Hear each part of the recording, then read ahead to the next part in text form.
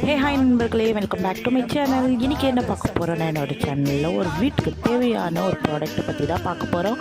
இது வந்து ரொம்ப யூஸ்ஃபுல்லான ப்ராடக்ட். ஆல்ரெடி என்கிட்ட இருந்துச்சு, அது த்ரெட் மெத்தடு. இது வந்து நான் இந்த மாதிரி வாங்கியிருக்கேன்.